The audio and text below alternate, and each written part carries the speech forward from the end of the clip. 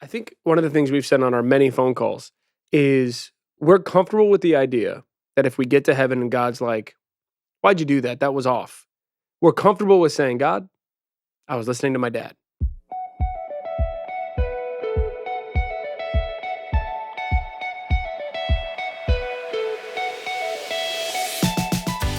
Well, all right, everybody. I know you're not expecting to see me, but this is another episode of The Family Business with the Alessis, because family is everybody's business. And I actually have the really cool honor and privilege. Neither one of us expected to do this a couple hours ago, but I'm here with a good buddy of mine, a good friend, Caleb Thomas, who also is a married son who works for his father in ministry. Yes, sir. That's what binds us. That's why we're here today. Why don't you say hi to everybody? Yeah, what's going on, everybody? Chris, thank you so much for having me on the podcast, man. I've seen it, tuned in, see what this is about, and I have a genuine heart for this. Yeah. Like you said, I get the chance to work for my dad. My name is Caleb. My wife's name is Liz. Have an amazing son named Malachi. We got a daughter on the way, Talia Sage. We're in Lakeland, Florida with Free Life Chapel. My parents, my pastors, Scott and Cindy Thomas, extremely grateful for what they've done. We're actually the second generation of Thomas and Alessi friendships. Yep. And just grateful for what we've been able to build on because of what our parents have done, not just in ministry, but then also relationally, standing on their shoulders. So some Metro Lifers watching this might remember that your mom preached here a couple times. Yeah, she's probably the one that said, I'm sorry for my accent, but I probably feel like home, especially down here in Miami. She probably said everybody needs a Puerto Rican aunt. I don't know if she said it. I'm sure she has. Yeah, no, she's... And what's funny is, because my nickname around here is PC, and I'm finding out today. Yeah, so my mom in the office space at church, we call her PC. So every time everybody's calling you, I'm literally like standing up, like looking for my mom, like Pastor Cindy, where's she at? So it makes it fun. Yeah. So it's been a fun time. So he came down just to be a part, to really just connect and get some vacation time and all that. And it was really cool. I'm going to say this to the guys in the background, because we were at lunch, breakfast this morning, and his dad called him, and he was like, gotta go, gotta answer. And I'm like, I know what that's like. So we're two guys. It's different. Two guys were still in that young adultish season of our lives, but we work for our dads. And to kind of introduce why we're doing a podcast together, what we're talking about. So we've been uniquely bonded. We both have a lot of friends and colleagues who kind of do what we do, same age, season. Some work for dad, some don't. Some have dads in ministry, some don't. Yep. But we've been uniquely bonded because of the way we've really chosen to view our dads. Right. And when I say uniquely chosen, most of it's because of who they are. It's not like we're being amazing and picking them. But, to kind of look at it biblically for a second. We see Rehoboam, the grandson of David, son of Solomon, comes in and is immediately, they bring him this big question. Hey, would you go a little easier on us? And he's like, I got to get some counsel on it. Step A, solid. Step 1 was good. I want to go get counsel. But he goes and he listens to the people that would have given his dad counsel. So they would have been older. Yep. He denies that, and he goes with his friends. And while you and I, part of the reason we're together is because we enjoy the back and forth counsel we receive from each other. Yep. We have still chosen the ones we're going to follow. We're going to follow our dads. That's it. And so that's what really binds us. That's it, man. And kind of like one of the biggest things that I say, you alluded to it earlier, is not necessarily how amazing we are, but how amazing they are. Like, think about the reality. How great of a dad, how great of an example at home. Because we see them when they're off stage. Mm-hmm. I know what you say when you stub your toe. I know what you say when things don't go right. I know your facial reactions. And I know what you say whenever you're in an altercation with somebody or something doesn't happen right. I know what you say when you're not on the podcast or you're not on social media. And I'm still willing to follow that. Yeah. I think that's a testament to the integrity, to being a Christian first. Yeah, I'm a pastor. It's one of the things that I get the chance to do. But I'm a Christ follower first. And the idea of I'm not following blindly because I want to be very open and aware to what they're doing. But my parents, I would literally almost follow them blindly. Yeah. Like you say turn. Sounds great. I think one of the things we've said on our many phone calls is we're comfortable with the idea that if we get to heaven and God's like, why'd you do that? That was off. We're comfortable with saying, God, I was listening to my dad, which means if I follow him and he ends up being wrong, I'd rather err on that than the other side of that coin. And really that goes to an honor principle. Yeah. Right? Like, which everybody on our audience is going to love the word honor, by the way. It's my favorite thing. We were talking off podcast. There's a book on honor that I read that has literally completely changed my perspective of everything. Read it in 2020. Completely changed everything. And the idea that because we're not the number one, and I don't want to be right now. I'm not graced to be the number one right now. Maybe when that mantle gets passed, I'll receive a grace. Yeah, exactly. But I don't have that grace because it's not my time for it. And that's okay. And it doesn't make us less than it's just not the time. But whenever my job is to honor my leaders. Yeah. And for me, I'm benefited that I don't just honor you, I actually trust you too. Yeah. There's a difference. I'm not just obeying, but I believe in what you're saying. And I think that's what makes it so different. Not better, worse than, but it's my forte. It's what I want. You enjoy it. It's what I want. It's definitely the way you enjoy your food being cooked. And I think that's one of the hard balances for us as sons, because there is something unique about our dads. There is. Yes. We can look at our dads and some others and say, man, I'm grateful I have mine. Yes. I wouldn't pick another one. But there's also a side of that that's a choice we made. Yes. Because it wasn't easy.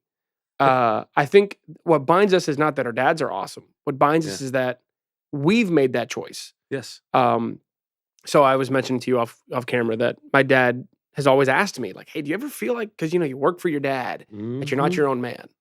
When I survey the landscape of everybody I went to Bible college with, and this is not a shot at anybody, but when I kind of survey the landscape of guys who are doing what I'm doing or same age group doing what we're doing, I'm like, if anything, having my dad is my superpower. Yes. It's the one tool in my tool belt that no one else has.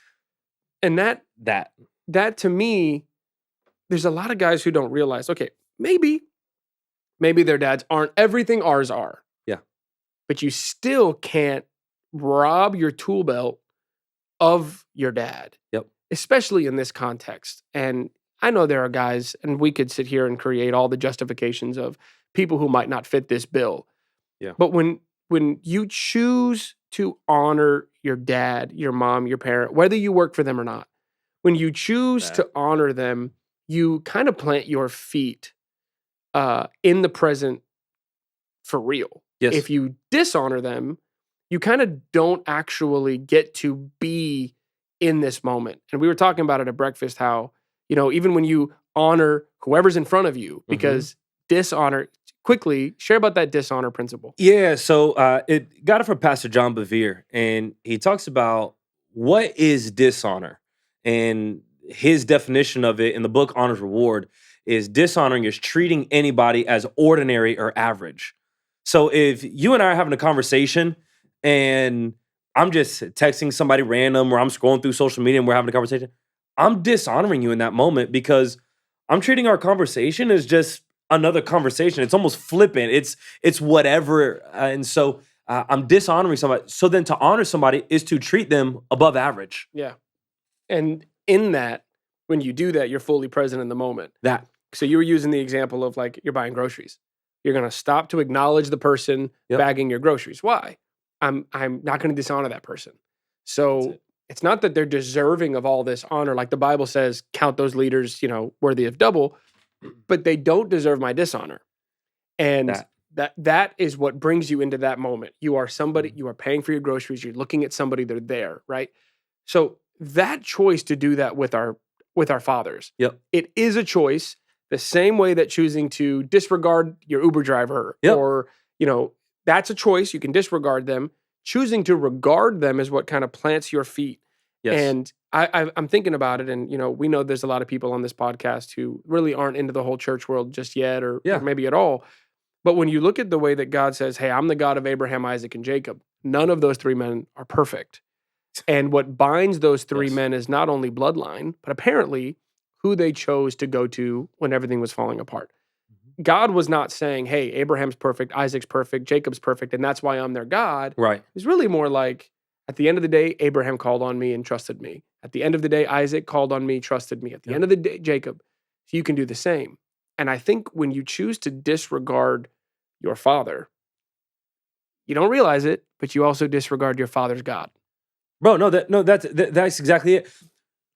So anytime that I've been in an instance where I notice, or let's be real, when my wife calls me out, let's be real. When my wife calls me out and lets me know, man, like you've kind of been kind of short with people, or maybe you haven't been honoring people as much. Anytime I'm not honoring somebody, I've first already dishonored God.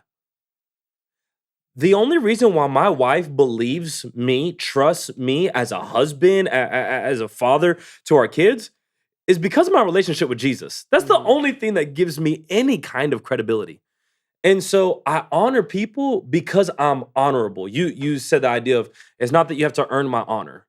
No, I'm honoring you because I honor God, and God says for us to honor people.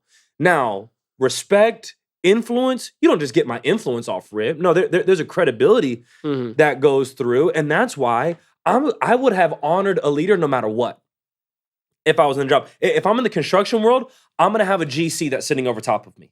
My father-in-law, he owns his own company, and so say I went to work for him, he would be a boss. If I'm in landscape, I would have somebody, a crew manager or something. I used to work at a warehouse, right, where I would stack and restack pallets all day. I had a boss for my shift, and then I had a manager, then I had a big boss. So we have all these different bosses. So I'm going to submit and honor to somebody. I'm just grateful I get to do it to somebody that not only do I choose to honor, but I also respect, because I've been able to see this for 20 years. I'm 27 now. Yeah. And for 27 years, my dad's far from perfect, but man, he's perfectly pursuing. Yeah. And that's what I can buy into. And so that's the thing that I would really want people to know. It's not that we, I have it easier with my dad. If anything, bro, I have it harder. It's different. But for whatever reason, I'm just thinking of this now, and this just goes to show you how much time I spend in Netflix. But a lot of people don't like The Office, the show The Office. They don't like it because of Michael Scott in season 1. Okay. They look at that season, the first introduction of Michael Scott, and they don't like him. Now, meanwhile, in his very last episode, Jim looks at him and can't even say bye. Won't allow himself to say bye. But he says, "You're the best boss I ever had." The last episode ends with him throwing out the mug, "World's Best Boss." Okay. And he throws that out because he bought it for himself. Meanwhile, they ended up giving him something that was basically saying, they actually said, "You are our best boss." Yeah. So this guy who the world disregarded because of the first, introduction to him, ends up winning everybody over. Why is that? Because you watch through this time of 7 seasons, you watch him imperfectly give all of himself to his staff. You watch him, even though he's the most offensive person by accident, he's also the one who's going to show up to Pam's art show at the end of it and actually be in awe of what she did. Yeah. And when you disregard a father, a leader, an authority figure, when you disregard them because of their season 1, you disregard them because of the offensive part, you disregard them because of the things that are hard, you also lose the other part. You lose the part of a father who's like, nobody's going to go through a wall more for you than your dad will. So whenever... That was a great little Office reference, by the way. Listen, that was great. I've never seen The Office. Whoa, my God. Maybe because of season 1, I was also one that was judging. And so maybe... You got to push through, brother. Maybe, okay, so Pastor Grip PC's advice is to watch The Office. For me to grow my biblical understanding of honor is to watch The Office. Cool. Let my pastor know that it's in every one of my books. Why you're in the Office watching Netflix? I'm trying to grow my honor right now, Pastor. I'm trying to be a better person. But so whenever I first got hired on in 2018 is when I came in full time. I was working part time at the church, but when I came in full time was 2018. And the first question before they actually fully hired me, they said, "Caleb, what church do you want to go to? You're going to be on staff somewhere. Where do you want to go learn from? We'll send you there for a couple years. We'll use any and every connection that we have. We'll ask any and every favor that we have, whether we have one to ask for or not. Like we'll do whatever we can to get you at a church, for you to learn, for you to do something. Let's go. There are so many incredible churches out there right now. So many incredible leaders out there. I could start name dropping, but I'm going to get in trouble because then I'm going to forget one later and then be mad. There's so many. And then there's the unknowns that are crushing it as well. But when they asked me that question, it was, who do I want to submit to? I'm well aware that my parents becoming my boss, and especially in the realm that we operate in, where it's the church world, they actually move into my spiritual parents as well, which takes a whole nother dynamic, a whole nother essence of honor. They now have a right to call you out on everything. Bro, so I'm married. I'm no longer living at your house, but I'm abiding by your rules. Yeah. Now, it's not your opinion of how the dishes need to get done, but it's the rules of this is the biblical standard, and I will call you out. Really, I'll call you up. Because whenever you want to get mediocre, and whenever you want to go for complacency, I'm going to call you up to excellence, which is what God died to give us, right? I died to give you life and life more abundant. And if I try to do this thing on my own, I'm a very intrinsically motivated person. I don't need a lot of external motivation. When I set my mind to something, I'm going to do it.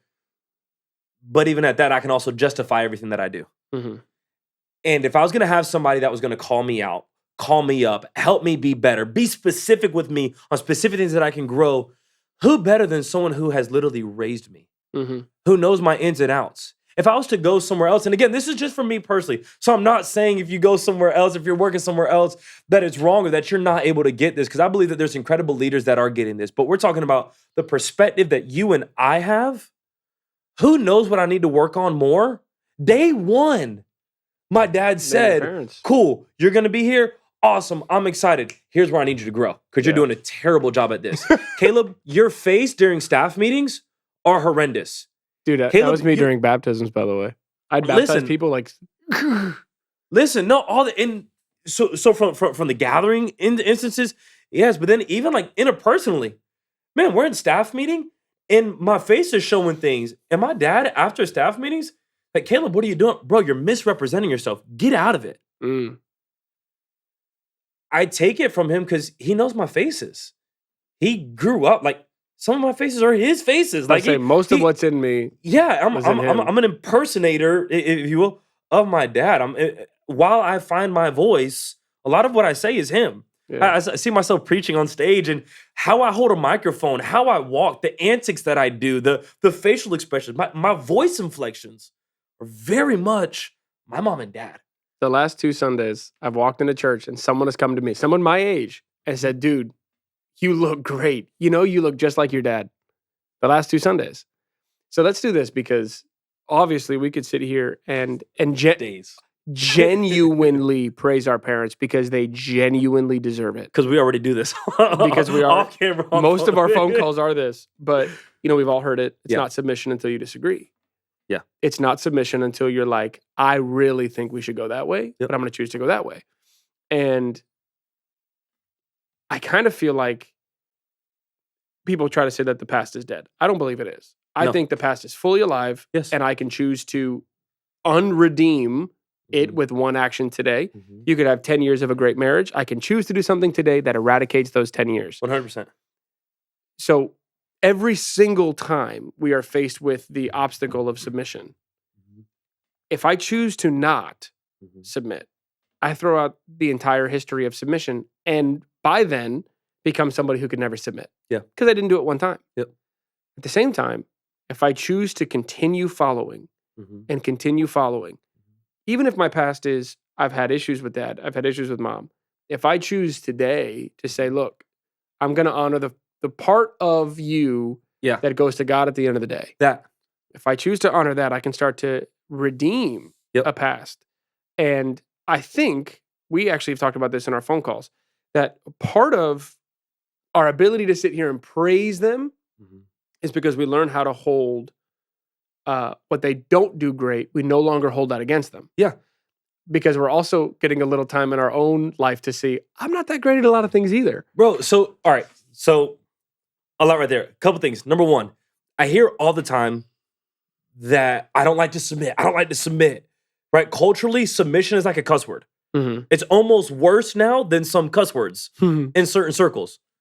Okay, so I'm either going to submit to somebody who's trying to help me grow, or I'm going to submit to a stupid idea that I have. But I submit every day. The audience, every one of you that watch this, you're submitting every day. What we have to decide is, what are we submitting to? Who are we submitting to? That's a good point. It's not whether or not I'm going to submit.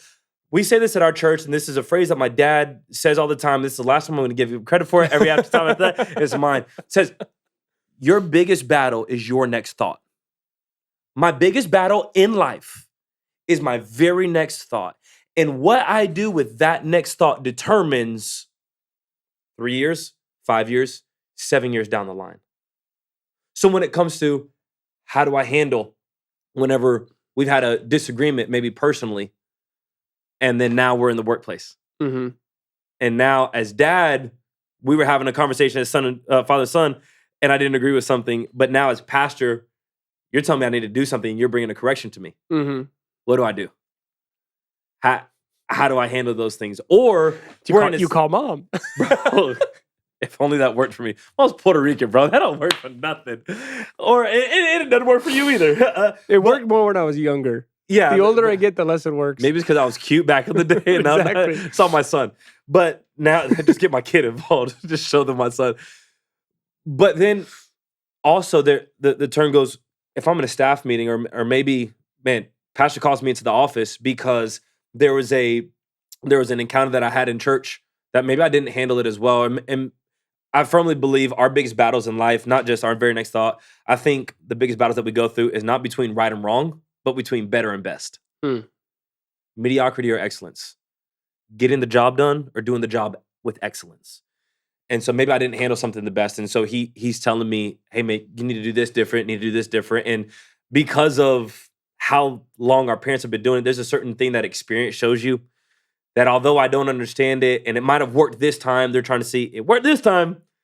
It won't work every time. I'm glad there's no casualties this time, but keep going. And I get tight with them because of what he said or he got onto me. But then we have family dinner that night because it's Thanksgiving. Yeah. So what do those dynamics do? I think there's a couple of things, like for me, like one, having somebody that you can talk to and process with, understanding that although I work for my dad, I am 100% human. And I have emotions. And emotions aren't a bad thing. God gave us an emotion for a reason. Like, use your emotions. However, emotions don't sit in the driver's seat of my life. And so what can I do to properly and with honor express my emotions of how I'm feeling? Because brushing it under the rug doesn't work either. Because I've tried to do that before. And then this big thing explodes over the smallest thing. It's like, no, you don't understand. It was because of this small thing. Then it's like, well, why didn't you bring it up beforehand? Like, don't bring up the past. Like, that was done. You said it was good, so it's good. So let's keep walking. So I think there's a certain thing that maturity shows you. Get some voices that are able to speak into your life, but then also being able to, for me, one of the biggest things is being able to see, how has my dad done it? I'm the third generation pastor in my family. My grandfather, Glenn Thomas. I didn't know that. Yeah, my so grandfather. We're the same. Bro, when I tell you, we're literally, I am blessed to be standing on the shoulders of my grandparents, Glenn and Joyce Thomas. They will probably not watch this because I don't know if they know how to work YouTube, but they are my people. And they were an evangelist all throughout the state of Virginia, with the denomination. And man, you talk about old school brick and mortar, like built his churches, built the parsonage. That's what they did. My dad learned from his dad. He wasn't on staff with him, but let's be real. Under 18 years old, you were just free church labor. Yep. You're doing whatever. Something needs to get painted. Cool. Pastor's kid, summertime. Oh, you got an internship at the church. Like my summer camps were 9 to 5 in the office. My parents. Oh yeah, we're here. But at the same time, how much fun were those times? Oh, it's the best part of my life. Bro, I'm with my dad. I'm with my mom. I'm going out to eat with them, hanging out. I'm able to do my own thing, but I'm being able. I tell you the thing for me, like one of my biggest driving forces is I'm not a fear motivated guy. My biggest fear is disappointment. Mm-hmm. I could get emotional thinking about it. I don't want to disappoint my parents. Like literally thinking about it right now makes me tear up. because I see of how much they've poured into me and how much they poured into the ministry. I get to add value, even if it's minute, to something that they've literally given their life towards. And now you've got a 1-year-old and you have a baby being setting born. up a legacy. You literally, by the way, their child is about to be born on the day that I'm hoping mine is born. So our due date's the 16th, yours is the 20th, but they're having your baby born on the 13th. Yep. And I'm hoping mine is born on the 13th because of Marino and all that. But I think that's kind of what we're both recognizing, is that it is the relationship with our Father that proves what we're a part of is much bigger than we thought. Yes. And we start to find out that individuality and all that, for its own sake, is worthless. Yes. Like, me just being myself and doing it my way for its own sake doesn't have a great harvest. Completely. But if I can become a really good follower, like a great follower, bro. And who better to follow than the one who's going to care for me more than anybody else? There was one time when I was really getting like, I'm gonna leave, I'm out, like, you don't know what you have in me. Like, yeah. My dad's like, all right, where are you going to go work tomorrow that will give you everything you have here? And I got the idea of walking into one of these churches at the time that I thought was great. Yep. And I'm like, I will be a visitor to them like a visitor at our church, knowing nothing. Yep. Why would I give that up? So and forget the future, just what I have now. Exactly. So recognizing that, it's easy to say that whole thing about, like, the greens, grass is greener. Grass is greener wherever you water it. The reality of it is there is so much exactly where I am. I don't have to go anywhere, but it's kind of like the law of trade-offs that John Maxwell talks about. The minute I make that trade, I don't get the value of the trade yet. I only get the value. I only feel the loss because I traded it. Yep. So I feel the loss of the trade before I feel the value. Yep. And I think as sons, we could say that. Mm-hmm. We definitely feel the loss while our other boys aren't getting told off. Yep. Our other boys aren't being corrected because their car is not clean enough on the way to church. They're not being told, hey, I happen to notice this one thing about ABC. Yep. Get that right. And you're like, what does that have to do with anything we're talking about here? Yep. But so I feel the sting of that. Mm-hmm.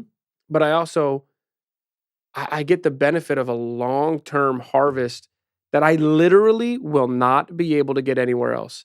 I have a lot of friends who did everything right, but because they weren't working for a parent, they had to go somewhere else after a 10-year season.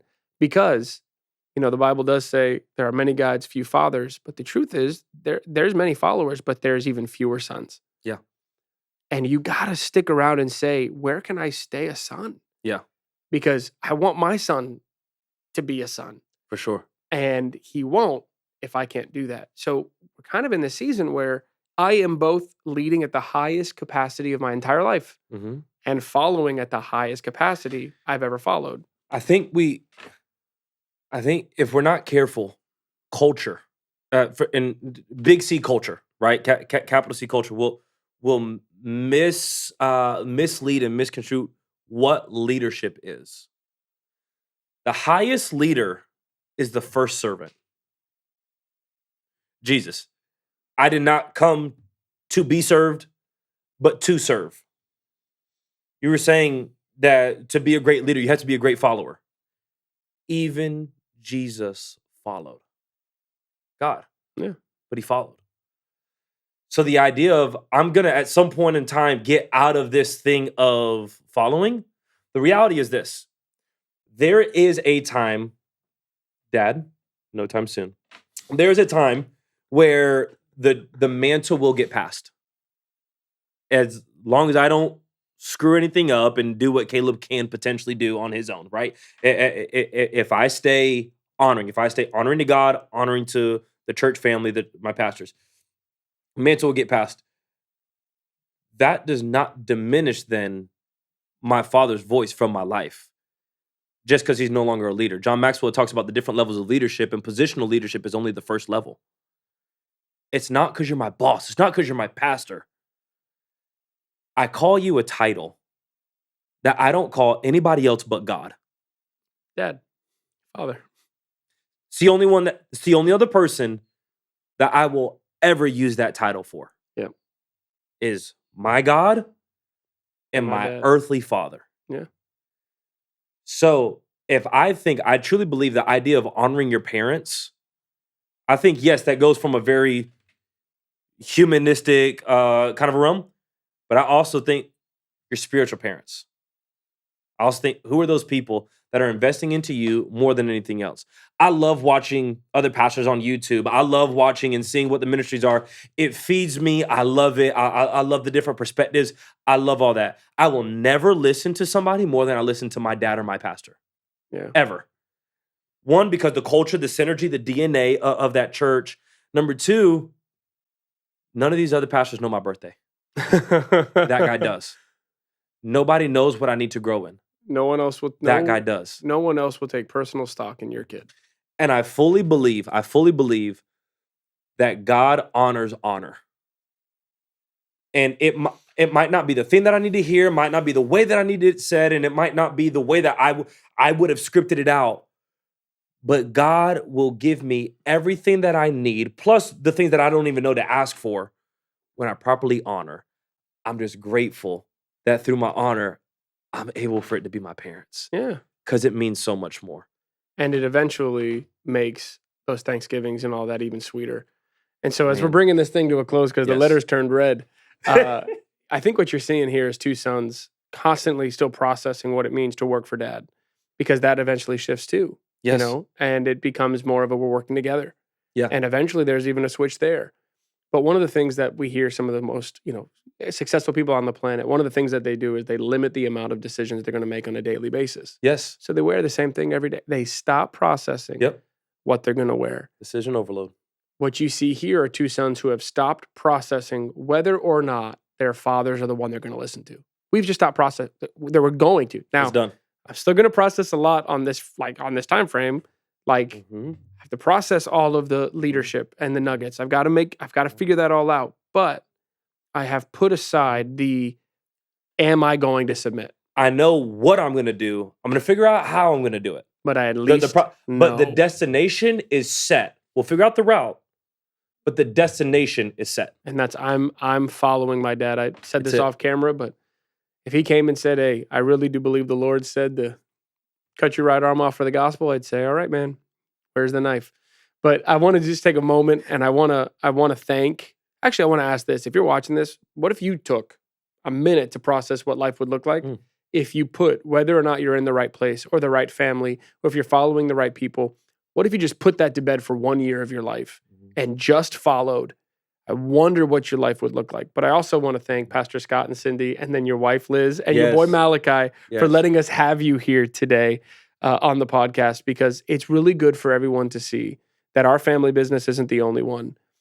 I really don't like when people say the churches people are leaving churches left and right, and the faith is shrinking, and none of that's true. No. This is proof there are more for us than against us. That's it. And whatever you look for, you're going to be able to find. And so that's what I would encourage. If you want to find a positive way or a different perspective of how to make things work, maybe you're in a father-son relationship, mother-daughter, or for us, I know our wives, the in-laws, work for the in-laws, which is a complete different dynamic that I can't give account for. Nope. Because that brings its own troubles, but also its own reward and its own graces. And our wives, Rochelle and Liz, they're graced for that. But if you want to figure out another way to make this happen, how can I change my perspective? Maybe in doing the inventory that you just said, you realize maybe there's more my preferences than what's right and what's wrong. I would just encourage you, start writing down the positives. Whatever you look for, you're going to be able to find. And you might only start off with one positive at first, but I guarantee you, as time goes on, as you continue to identify that, you're going to be able to have a long list of That's good. How beneficial this is. That's really good. Well, thanks for being here, man. This has been really great. Yes, sir. It's been another phenomenal episode of The Family Business with the Alessis, because family is everybody's business. Take care. Have a good one. Hey there, if you enjoyed this episode of the Family Business Podcast with the Alessis, then you'll want to know we've got more insight, more encouragement, more great conversations that we can have on Sundays, and even some surprises coming your way. So you want to make sure you subscribe to our channel and watch one of these next videos here next, because remember, family is everybody's business.